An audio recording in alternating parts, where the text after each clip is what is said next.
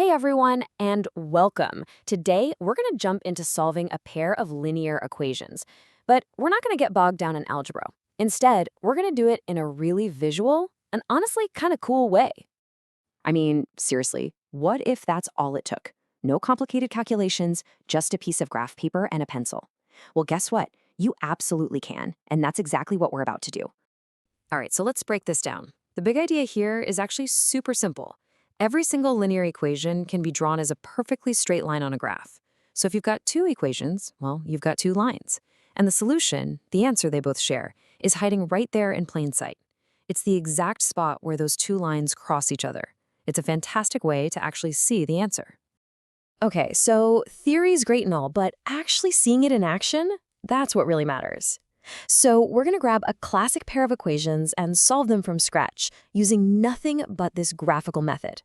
All right, here they are, our two contenders for today.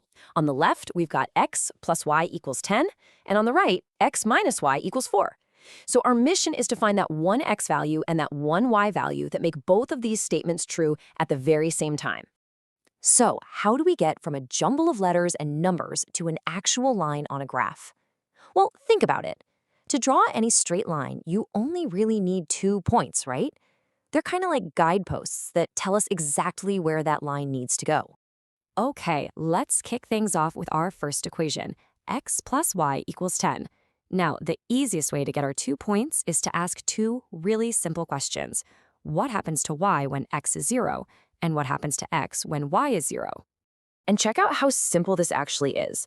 So if we say x is 0, the equation just becomes y equals 10. Boom, that's our first point, 0, 10. Then we do the complete opposite. If we make y equal to 0, the equation becomes x equals 10. And just like that, there's our second point, 10, 0. See? Easy stuff. Okay, one down, one to go. Let's tackle our second equation, x minus y equals 4. We're going to use the exact same game plan. So for this one, if we make y 0, the equation just boils right down to x equals 4. So our point is 4, 0. And then if x is 0, we get minus y equals 4. To figure that out, we just flip the sign on both sides, which means y has to be negative 4. And there's our second point, 0, negative 4. And with that, we are ready for the main event. All right, we've got our coordinates, we've got our graph paper ready. It is time to bring these equations to life and literally watch them show us the answer. The plan here is super simple, just 3 steps. First, we'll plot the 2 points for our first equation and just connect them with a straight line. Then we do the exact same thing for the second equation. The magic happens right where they meet. And look at that. There it is. Once both lines are on the graph, you can see they cross at one and only one specific spot. That point is 7, 3. And that's not just some random intersection. That is the solution we've been looking for. See? That one little coordinate tells us everything we need to know. The first number, the x value, is 7. And the second number, the y value, is 3. So our final answer is x equals 7, y equals 3. And we found it just by drawing a couple of lines. How cool is that? So our example gave us one nice, clean answer. But really, anytime you draw 2 lines on a graph, only 3 things can possibly happen. Let's take a quick look at all 3 possibilities.